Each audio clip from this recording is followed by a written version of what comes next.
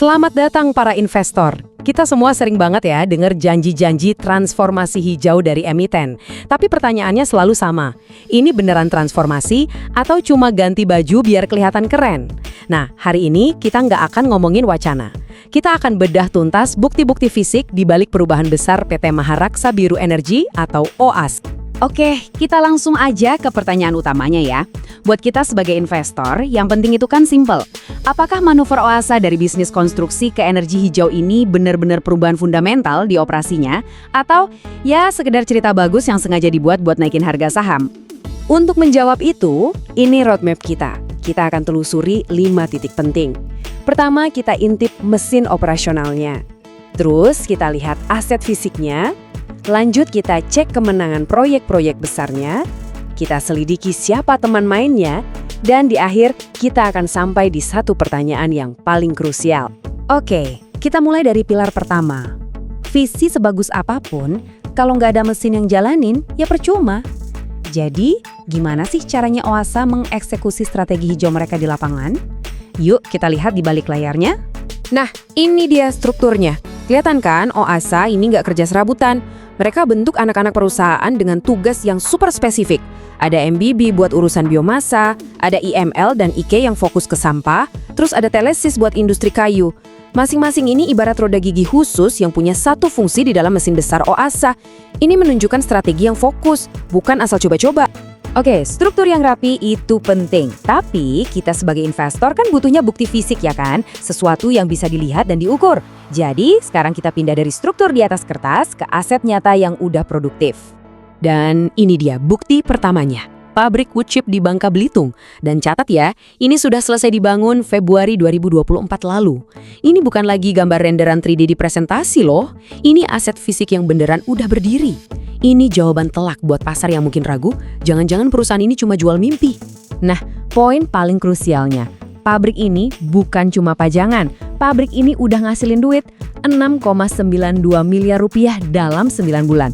Ini bukan angka proyeksi ya, ini pendapatan nyata yang sudah masuk ke kantong perusahaan. Ini bukti pertama kalau mesin operasional mereka bukan cuma muter, tapi udah nyetak uang. Oke, satu pabrik yang menghasilkan uang, itu bagus. Tapi, apa OSAC bisa main di liga yang lebih besar? Gimana cara mereka buktiin kemampuannya? Di panggung nasional, yuk kita lihat jejak kemenangan mereka di proyek-proyek strategis. Coba deh lihat polanya di sini, kelihatan ada momentum yang jelas. Desember 2024, mereka beresin fasilitas pengolahan sampah di IKN. Ini proyek dengan sorotan nasional kan? Cuma selang 3 bulan, bam! Maret 2025, mereka diumumkan jadi pemenang tender raksasa pembangkit listrik tenaga sampah di Cipeucang. Ini bukan kebetulan, ini pola kemenangan yang konsisten. Menang proyek segede Cipeucang itu jelas gak mungkin sendirian. Dan OASA memang gak jalan sendiri. Nah, ini pilar bukti kita yang keempat. Dengan siapa mereka bekerja sama. Ini sering banget jadi cerminan kredibilitas sebuah perusahaan. Strateginya cerdas banget. Mereka nggak nekat maju sendiri. Mereka gandeng Wika, raksasa konstruksi BUMN, sama CNTY, pakar teknologi dari Tiongkok. Ini formula kemenangan yang komplit. Wika ibaratnya bawa otot konstruksi dan kredibilitasnya, sementara CNTY bawa otak teknologinya. Kombinasi ini nunjukin kalau OASA ini serius dan punya amunisi lengkap buat garap proyek raksasa. Oke, jadi setelah kita lihat semua bukti-bukti tadi, yuk kita coba tarik benang merahnya. Kita rangkum dulu gambaran besarnya sebelum kita sampai ke satu pertanyaan terakhir yang super penting buat kita semua. Singkatnya, kita udah lihat 4 pilar bukti operasional yang kuat. Pertama, struktur perusahaannya fokus. Kedua, aset pabriknya udah nyata dan ngasilin duit. Ketiga, mereka menang beruntun di proyek-proyek strategis. Dan keempat, aliansinya sama pemain kelas kakap. Jadi kalau dari sisi operasional aja, transformasi ini kelihatan beneran terjadi. Oke, bukti operasionalnya kuat. Ceritanya bagus banget kan? Tapi, tunggu dulu. Sebagai investor, kita tahu cerita bagus aja nggak cukup. Ada satu pertanyaan fundamental yang belum kejawab. Dengan semua proyek besar ini, duitnya dari mana? Gimana sebetulnya kondisi kesehatan keuangan OASA? Dan itulah yang akan kita bongkar di pembahasan selanjutnya. Karena di balik semua kemenangan proyek besar ini, ada cerita yang sangat berbeda di dalam laporan keuangan. Jadi pastikan Anda nggak ketinggalan, di mana kita akan kupas tuntas kenapa neraca OSA ini bisa dibilang masih berdarah-darah. Oke, teman-teman investor. Di pembahasan kita sebelumnya, kita udah lihat bukti fisik transformasi hijau OASA yang kelihatan keren banget. Tapi sekarang, saatnya kita bedah sisi lainnya. Sisi yang nggak kalah penting, kondisi keuangannya. Apakah di balik layar sesehat dan sehijau proyek-proyeknya? Yuk kita selam lebih dalam. Jadi kita udah sama-sama tahu ya kalau transformasi OASA ini bukan omong kosong. Aset-aset fisik kayak pabrik wood chip dan PSL Cipoucang itu udah berdiri tegak dan beroperasi. Nah, kemajuan yang kelihatan mata ini tentu aja sukses membangun citra yang positif banget di pasar. Tapi pertanyaannya sekarang adalah, di balik semua proyek yang megah ini, gimana sih kondisi ruang mesin keuangannya? Sehat nggak mesinnya? Oke, sekarang kita geser fokus kita nih. Dari yang kelihatan di permukaan, ke angka-angka yang tersimpan di dalam laporan keuangan mereka.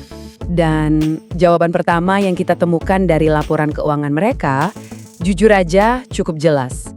Transformasi OASA ke energi terbarukan ini ternyata belum menghasilkan keuntungan. Sebaliknya, perusahaan ini masih ada di fase yang kita kenal sebagai bakar uang. Dan proses bakar uangnya ini lumayan intensif. Coba deh, lihat angka ini. Sepanjang tahun 2024, OASA mencatatkan rugi bersih sebesar 62,8 miliar rupiah. Ini bukti nyata kalau pendapatan baru dari proyek-proyek hijaunya itu ternyata belum cukup kuat untuk menutupi semua biaya operasional mereka.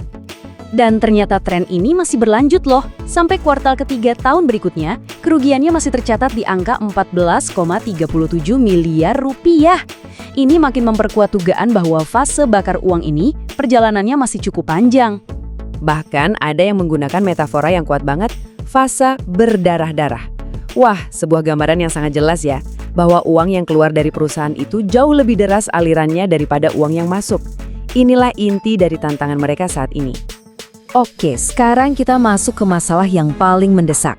Isu paling kritis buat OASA saat ini bukanlah soal keuntungan jangka panjang, tapi soal kemampuan mereka untuk bertahan hidup dalam jangka pendek. Ini soal survival. Untuk bisa memahaminya, kita perlu kenal satu istilah kunci, defisit modal kerja. Gampangnya gini, ini adalah kondisi di mana utang yang harus segera dibayar dalam waktu dekat, itu jumlahnya lebih besar daripada uang tunai dan aset lain yang gampang dicairkan yang mereka punya. Jadi, inti masalahnya ada di sini. Timbangannya nggak seimbang. Sisi liabilitas jangka pendeknya, utang yang harus segera dibayar, itu jauh lebih berat daripada sisi aset lancarnya. Ini, teman-teman, adalah sinyal bahaya finansial yang klasik. Seberapa besar sih masalahnya? Defisitnya itu sampai 34,67 miliar rupiah. Artinya, OASA nggak punya bantalan kas yang cukup tebal buat operasional sehari-hari. Ini bikin mereka jadi sangat rentan kalau ada tagihan mendadak atau pemasukan yang telat. Dan seolah-olah kondisi kas yang ketat ini belum cukup, masalahnya diperparah lagi oleh isu lain di struktur utang mereka. Ini seperti lampu kuning peringatan yang menyala terang bagi para kreditor. Jadi ceritanya begini, salah satu anak usaha mereka ternyata gagal memenuhi syarat-syarat keuangan dari pinjaman bank. Konsekuensinya, ini serius banget. Bank jadi punya hak untuk menagih seluruh sisa pinjaman itu secara seketika kapan saja mereka mau. Dan jumlahnya nggak kecil, 8,95 miliar rupiah. Coba bayangkan tekanan finansial dan psikologis yang dihadapi manajemen. Mereka harus gerak cepat menyelesaikan masalah ini supaya nggak memicu efek domino gagal bayar yang lebih besar. Jadi, gimana cara OASA mencoba keluar dari krisis kas ini? Nah, mari kita lihat manuver besar yang mereka siapkan. Ini bisa kita sebut sebagai sebuah pertaruhan dengan resiko yang sangat-sangat tinggi. Perhatikan baik-baik angka ini, 60 miliar rupiah. Inilah jumlah pengembalian dana atau refund dari sebuah proyek yang batal yang lagi diusahakan mati-matian oleh OASA untuk ditarik kembali dari pihak ketiga. Angka ini bisa jadi penyelamat mereka.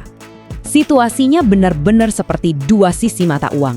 Kalau pengembalian dana 60 miliar ini berhasil, OASA bakal dapat napas baru, suntikan oksigen segar buat likuiditas mereka. Tapi kalau gagal, bebannya jadi double, proyeknya hilang, krisis kasnya terus berlanjut. Ini pertaruhan yang sangat besar. Sekarang, mari kita simpulkan apa artinya semua ini bagi Anda sebagai investor. Kita akan fokus pada strategi bertahan hidup perusahaan dan poin-poin penting apa saja yang harus Anda pantau dengan cermat. Tentu saja, manajemen nggak tinggal diam. Untuk mengatasi ini, mereka punya beberapa rencana B. Ada komitmen dukungan dari pemegang saham pengendali, sambil mereka juga aktif mencari investor baru atau mencoba merestrukturisasi utang mereka untuk memperbaiki situasi. Jadi, poin krusialnya adalah ini. Bagi Anda, para investor, ada 2 indikator utama yang wajib dipantau super ketat.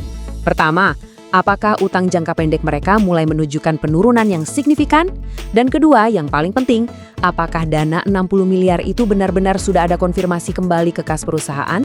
Nah, inilah dilema OASA. Proyek fisiknya memang mengesankan, tapi neraca keuangannya lagi beresiko tinggi. Ini membawa kita ke pertanyaan fundamental. Apa saja syarat yang harus dipenuhi agar OASA bisa beralih dari fase berdarah-darah ini menjadi sebuah mesin penghasil uang? Itulah yang akan kita bedah tuntas di pembahasan kita selanjutnya. Pertanyaannya simpel tapi krusial ya kan? Bakal jadi mesin uang atau ya lanjut bakar uang? Nah, di pembahasan kali ini kita akan bedah apa aja sih yang harus mereka lakukan buat balik arah dari yang tadinya berdarah-darah jadi beneran cetak profit. Yuk, kita langsung mulai aja. Nah, kalau Anda ingat di pembahasan kita yang terakhir, kan kita udah lihat tuh gimana neraca OASA itu. Yah, masih berdarah-darah, rugi bersih, likuiditasnya mepet banget. Itu sisi pahitnya, realitanya. Tapi setiap cerita kan ada 2 sisi. Sekarang yuk kita lihat sisi sebaliknya, potensinya yang sebetulnya gede banget. Jadi ini nih, pertanyaan utamanya, pertanyaan krusialnya. Bisa nggak sih OASA ini mengubah semua proyek yang udah mereka menangkan jadi duit beneran, jadi cash flow positif? Sebelum kehabisan napas. Buat kita para investor, ini pertaruhan paling gedenya. Nah, mari kita coba pecahin bareng-bareng. Oke, sebelum kita bahas susahnya, coba kita bayangin dulu tujuannya. Garis finishnya itu kayak apa sih? Kalau kita bilang OASA jadi mesin uang, wujudnya itu sebenarnya gimana? Apa aja sih bahan-bahan wajibnya biar bisnis ini beneran bisa jalan dan mengubah sampah jadi profit yang stabil dan terus-menerus? Nah, lihat deh, 3 pilar ini. Ini resep rahasianya nih. Gini, menang tender itu satu hal, tapi yang bikin proyek beneran jadi duit itu ya 3 ini. Pertama, tipping fee yang pasti dari pemerintah. Ini jaminan pendapatan. Kedua, harus jelas siapa yang beli produk sampingannya, entah itu listrik atau apapun, dan harganya harus udah fix, nggak bisa tebak-tebakan. Dan yang ketiga, ini nih yang sering banget dilupain orang. Pasokan sampahnya harus stabil dan terus ada. Kalau salah satu dari 3 ini aja nggak ada, sebagus apapun teknologinya, proyek itu cuma jadi monumen mahal yang terus-terusan bakar uang. Oke, itu tadi kan gambaran idealnya, mimpinya lah. Sekarang ayo kita balik lagi ke kenyataan hari ini. Realitanya kan kondisi kas mereka masih berdarah-darah tuh. Jadi apa dong rencana manajemen buat paling nggak bertahan hidup dulu sambil nunggu proyek-proyek tadi beneran ngasilin duit? Jadi, manajemen itu udah siapin beberapa pelampung. Ada dukungan dari pemegang saham pengendali, mereka juga lagi cari investor strategis baru, sama ya menjajaki pinjaman baru. Tapi ada satu item yang kritis banget. Bisa dibilang ini penentu hidup mati mereka dalam jangka pendek. Apa itu? Sebuah pengembalian dana tunai yang jumlahnya, gede banget. Coba deh ingat-ingat angka ini baik-baik. 60 miliar rupiah. Angka ini tuh ibarat napas buatan buat likuiditas jangka pendek OASA. Ini duit dari mana? Ini pengembalian dana dari proyek yang batal. Jadi pertanyaannya sekarang cuma satu dan simpel. Duit ini bisa cair nggak? Dan yang lebih penting, bisa cair tepat waktu. Dan ini dia persimpangan jalannya. Kalau yang 60 miliar itu berhasil cair, mereka bisa bernapas lega. Tekanan likuiditas langsung berkurang drastis. Tapi kalau macet, nah ini bisa jadi lubang hitam raksasa di arus kas mereka. Jadi, buat kita yang mantau saham ini, momen ini tuh bener-bener make or break. Inilah yang akan nentuin nasib OASA di beberapa kuartal mendatang. Oke, kita udah tahu tujuannya kayak apa, rintangannya apa aja. Nah sekarang bagian yang paling penting buat Anda, para investor. Apa sih kompas yang bisa kita pegang? Apa aja metrik yang harus kita pantau terus-terusan buat tahu OASA ini lagi jalan di rel yang benar atau malah keluar jalur? Yuk kita bedah checklistnya. Kuncinya sebetulnya simple banget. Kita harus pantau 2 jalur ini secara paralel, barengan. Bayangin aja kayak rel kereta api. Rel pertama itu kemajuan proyek-proyeknya. Rel kedua itu kesehatan kasnya. Anda nggak bisa cuma lihat salah satu. Kenapa? Karena pengumuman menang proyek gede tapi kasnya kosong, ya itu cuma omong kosong kan? Nah, Ini dia dashboard kita. Pertama lihat soal utang. Ada 8,95 miliar rupiah yang statusnya bisa ditagih kapan aja. Ini kayak bom waktu kecil yang harus kita awasi. Kedua, perbaikan neraca. Kita harus lihat liabilitas jangka pendeknya turun dari posisi sekarang yang minus 34,67 miliar. Dan yang ketiga, ini yang paling penting. Jangan sampai terkecoh sama pendapatan dari konstruksi proyek. Itu cuma sekali dapat. Yang kita cari itu bukti adanya pendapatan berulang atau recurring revenue setelah proyeknya jalan. Nah, itu baru duit beneran. Jadi kesimpulannya gimana? Begini, kasus OASA ini adalah pertarungan klasik antara potensi yang luar biasa besar melawan realita keuangan yang, ya jujur aja, brutal. Potensi bisnis olah sampah ini gede banget, nggak ada yang bantah. Tapi eksekusinya, nah itu pertaruhan dengan risiko super tinggi yang lagi kita tonton bareng-bareng sekarang. Dan kutipan ini menurut saya merangkum semuanya dengan sempurna. Udah, lupakan dulu hebohnya pengumuman menang tender ini itu. Fokusnya sekarang cuma satu kata, eksekusi. Seberapa cepat mereka bisa mengubah tumpukan sampah itu jadi uang tunai, buat nambal neraca yang masih bolong, cuma itu satu-satunya metrik yang penting saat ini.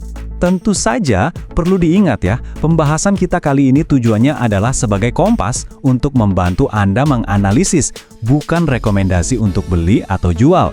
Pada akhirnya, semua keputusan investasi adalah dan tetap menjadi tanggung jawab pribadi Anda masing-masing. Terima kasih sudah menyimak.